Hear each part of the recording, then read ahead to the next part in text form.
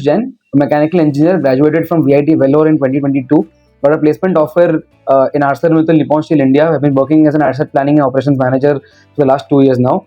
Gave CAT 2023, scored a 98.64 percentile, and the only target was to either get into an IIM or specifically IIT Bombay and Delhi. But converted IIT Bombay, thanks to God.